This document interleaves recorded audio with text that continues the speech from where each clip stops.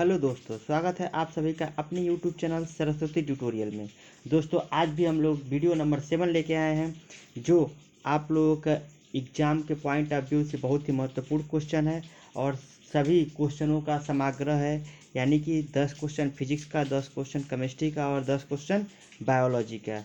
ठीक है दोस्तों, अब इसमें आप लोग पूरा वीडियो देखिएगा अंत तक। हर एक एग्ज़ाम के पॉइंट ऑफ व्यू से बहुत ही महत्वपूर्ण ये वीडियो होने वाला है। और अगर आप लोग पिछला वीडियो नहीं देखे हो तो आप लोग वीडियो जाकर देख लीजिएगा और चैनल पर नए हो तो चैनल को ज़रूर सब्सक्राइब कीजिएगा। ठीक है, चलिए बढ़ते हैं अपने पहले क्वेश्चन की ओर। पहला क्वेश्चन हम लोगों का क्या है? पहला क्वेश्चन है हम लोगों का पहला क्वेश्चन हम लोगों का क्या है कि त्वरण ज्ञात करने का सही सूत्र कौन सा है? त्वरण ज्ञात करने का सही सूत्र कौन सा है? ये देखिए बिहार पीसीएस में पूछा हुआ सवाल है। ए बराबर भी माइनस यू बट्टे टी। दूसरा है ए बराबर यू प्लस भी टी। तीसरा है ए बराबर भी प्लस यू बाई टी। चौथा है ए बराबर भी प्लस यू बाई टू। इसका राइट आंसर क्या हो जाएगा? ऑप्शन नंबर ए हो जाएगा। राइट आंसर क्या हो जाएगा? ऑप्शन नंबर ए हो जाएगा। ठीक है, चलिए बढ़ते हैं दूसरे क्वेश्चन की ओर। दूसरा क्वेश्चन क्या कह रहा है हम लोगों का? दूसरा क्वेश्चन कह रहा है कि पदार्थ के संवेग और वेग के अनुपात को कौन सी भौतिक राशि प्राप्त की जा सकती है? वेग प्राप्त की जा सकती है, त्वरण प्राप्त किया जा सकता है, द्रव्यमान प्राप्त किया जा सकता है कि बल प्राप्त किया जा सकता है। तो इसमें से जो आपका राइट आंसर क्या होगा? द्रव्यमान को प्राप्त किया जा सकता है। ठीक है, बढ़ते हैं नेक्स्ट क्वेश्चन की ओर। यानी प्लांक के अचर में किसका आयाम होता है? प्लांक के अचर में किसका आयाम होता है? ऊर्जा का आयाम होता है कि रैखिक गति का आयाम होता है कि कोणीय गति का आयाम होता है कि बल का आयाम होता है? तो निम्न में से कौन सा आयाम होता है? तो इसका option number C right answer हो जाएगा। कोणीय गति का आयाम होता है। चलिए ठीक है, आगे बढ़ते हैं। एक लड़की झूले पर बैठी स्थिति में झूला झूल रही है। उस लड़की के खड़े हो जाने पर दोलनों का आवर्तकाल क्या हो जाएगा? कम हो जाएगा, अधिक हो जाएगा, लड़की की ऊंचाई पर निर्भर करेगा कि अपरिवर्तित रहेगा? ठीक है, इनमें से कौन सा राइट आंसर हो जाएगा आप लोगों का? Option number A. Option number क्या हो जाएगा? ए हो जाएगा। ठीक है, चौथे क्वेश्चन अब बढ़ते हैं नेक्स्ट क्वेश्चन की ओर। नेक्स्ट क्वेश्चन क्या कह रहा है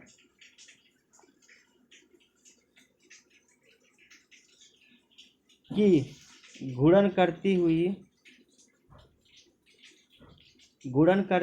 एक गोल मेज पर अचानक एक लड़का आकर बैठ जाता है। मेज के कोणीय वेग पर क्या प्रभाव पड़ेगा? कम हो जाएगा, बढ़ जाएगा, उतना ही रहेगा कि कुछ नहीं हो सकता है? इसका राइट आंसर क्या होगा? ए हो जाएगा। क्या हो जाएगा? कम हो जाएगा। चलिए ठीक है, आगे बढ़ते हैं। क्वेश्चन नंबर अगला, यदि किसी चली हुई वस्तु के वेग को दोगुना कर दिया जाए तो उसकी क्या त्वरण दोगुना हो जाएगा? गतिज ऊर्जा दोगुनी हो जाती है, गतिज ऊर्जा 4 गुनी हो जाती है या भार दोगुना हो जाता है? तो निम्न में से कौन सा होगा? तो चलिए देखते हैं कौन सा होगा। जो क्वेश्चन है नेक्स्ट आपका, इसका राइट आंसर सी हो जाएगा। गतिज ऊर्जा 4 गुनी हो जाएगी। ठीक है, चलिए बढ़ते हैं नेक्स्ट क्वेश्चन की ओर। किसी पिंड के द्रव्यमान तथा भार में अंतर होता है क्योंकि द्रव्यमान परिवर्तनीय है जबकि भार स्थिर रहता है। द्रव्यमान स्थिर रहता है जबकि भार परिवर्तनीय होता है। दोनों सत्य हैं, दोनों गलत हैं। इसमें से कौन सा क्वेश्चन क्या होगा? आंसर सही होगा।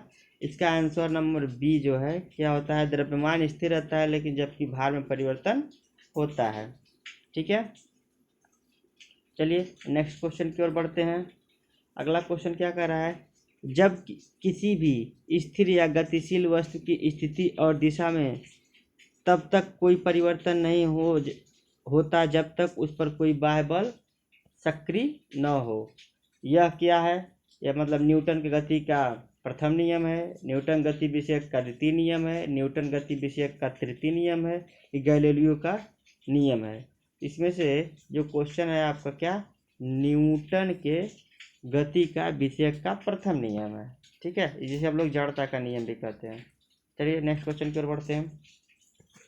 किसी असंतुलित बल द्वारा किसी पिंड में उत्पन्न त्वरण क्या होता है? बल के व्युत्क्रमानुपाती होता है, बल के अनुक्रमानुपाती होता है, बल के प्रभाव से स्वतंत्र होता है, या शून्य होता है? तो इसका राइट आंसर क्या हो जाएगा? बल के अनुक्रमानुपाती होता है। चलिए ठीक है, नेक्स्ट बढ़ते हैं।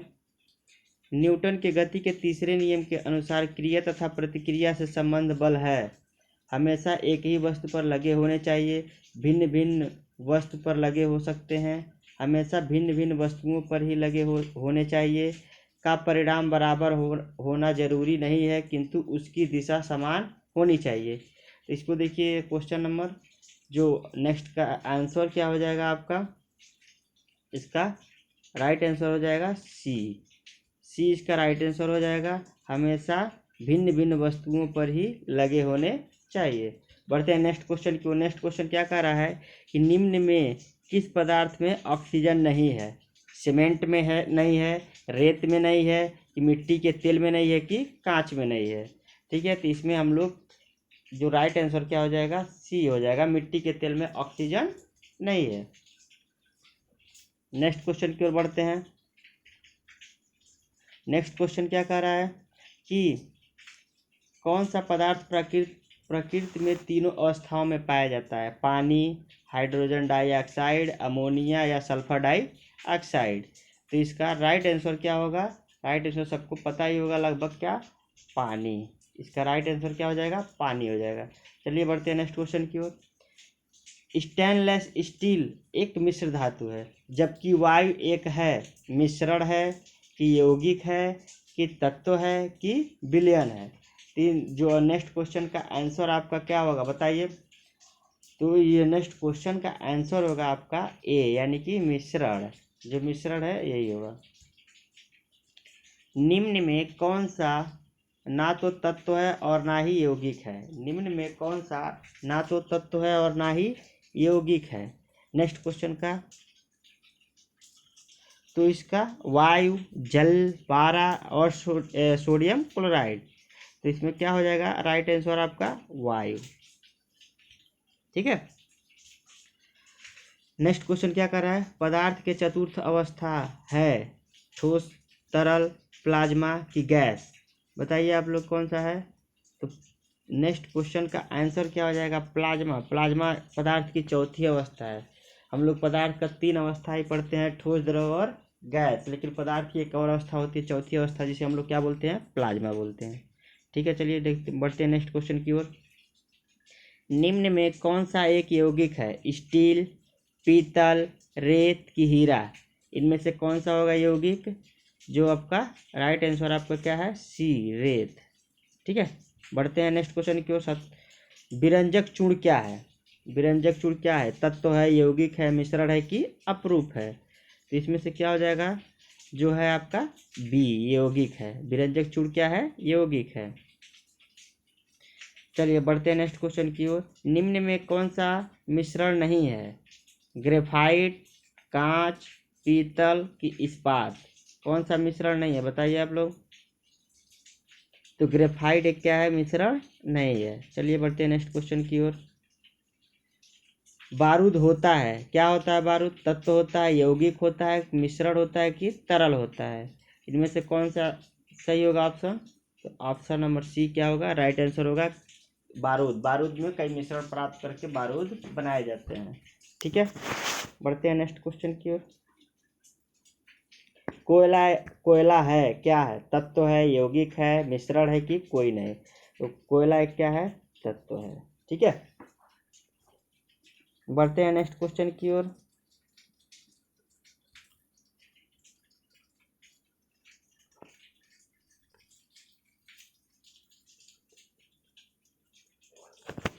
बढ़ते हैं नेक्स्ट क्वेश्चन की ओर, जो आपका क्या है? इसमें एक बायोलॉजी से है, और इसमें हम लोग देखेंगे क्वेश्चन को बायोलॉजी कह रहा है फाइकोलॉजी में किसका अध्ययन किया जाता है। फाइकोलॉजी यानी कि इसको बोलते हैं एक तरीके से साइकोलॉजी, ठीक है।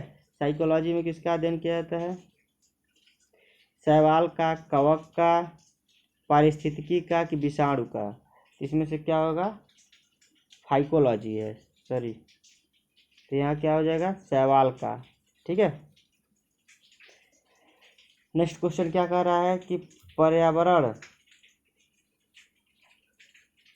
पर्यावरण का अध्ययन जीव विज्ञान की किस भाषा के अंतर्गत किया जाता है?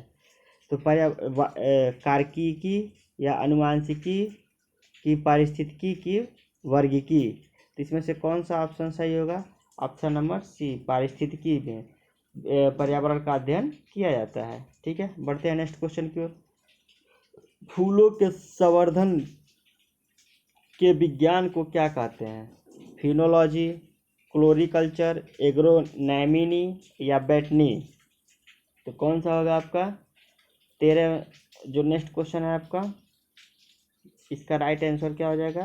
बी, फ्लोरिकल्चर, ठीक है। नेक्स्ट क्वेश्चन क्या कर रहा है? डेंड्रोलॉजी का संबंध किससे है? पुष्पों के अध्ययन से, वृक्षों के अध्ययन से, झाड़ियों के अध्ययन से, बी और सी दोनों? इसमें से कौन सा ऑप्शन सही हो जाएगा आपका? राइट आंसर डी होगा, बी और सी दोनों, यानी कि वृक्षों के अध्ययन से और झाड़ियों के अध्ययन से। चलिए बढ़ते हैं नेक्स्ट क्वेश्चन की ओर। पुष्पों का अध्ययन किया जाता है एंथोलॉजी, एग्रोस्टोलॉजी, फिनोलॉजी या पॉलिनोलॉजी? तो इसमें से कौन सा आपका आंसर सही हो जाएगा? तो सही आंसर आपका क्या हो जाएगा?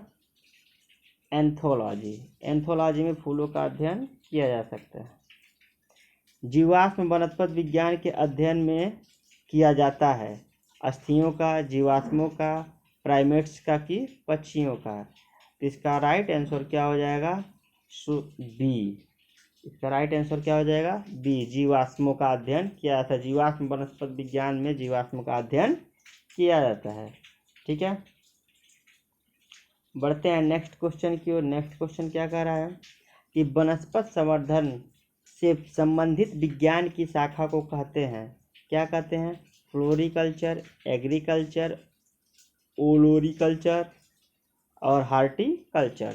तो निम्न में से कौन सा आपका राइट आंसर क्या हो जाएगा? राइट आंसर हो जाएगा डी हो जाएगा, हार्टिकल्चर, ठीक है। चलिए बढ़ते हैं नेक्स्ट क्वेश्चन की ओर। जो नेक्स्ट क्वेश्चन क्या कह रहा है कि जीवों एवं वातावरण की अंतर अभिक्रिया से संबंधित जीव विज्ञान की शाखा कहलाती है, क्या कहलाती है? पादप भूगोल, पारिस्थितिकी, कार्यकी या अनुवांशिकी? तो नेक्स्ट क्वेश्चन का आंसर क्या आपका हो जाएगा? यह पारिस्थितिकी कहलाती है, ठीक है। चलिए बढ़ते हैं अगले क्वेश्चन की ओर। वनस्पति विज्ञान की वह शाखा जिसमें शैवालों का अध्ययन किया जाता है क्या कहलाता है? सूक्ष्म जैविकी, माइकोलॉजी या फाइकोलॉजी या वर्गीकी? तो क्या हो जाएगा आपका? सी हो जाएगा, फाइकोलॉजी, ठीक है। नेक्स्ट क्वेश्चन यानी कि लास्ट क्वेश्चन है आपका कि सिल्वीकल्चर वनस्पति विज्ञान की वह शाखा है जिसमें वर्णित होता है शैवालों के संवर्धन का, वन के विकास के या सीलीफाइड्स पादपों का या कवकों के संवर्धन से? तो यानी इसका राइट आंसर क्या हो जाएगा? वन के विकास के लिए किया जा सकता है। ये थे आज के टॉपिक में 30 क्वेश्चन जो कि बहुत ही महत्वपूर्ण थे और आप लोगों के हर एक एग्जाम के पॉइंट ऑफ व्यू से बहुत ही अच्छे क्वेश्चन थे। वीडियो को अधिक से अधिक शेयर कीजिएगा, लाइक कीजिएगा, चैनल को जरूर सब्सक्राइब कीजिएगा और कमेंट जरूर कीजिएगा, ठीक है। तब मिलते हैं नेक्स्ट वीडियो में नेक्स्ट क्वेश्चन लेकर, तब तक के लिए धन्यवाद।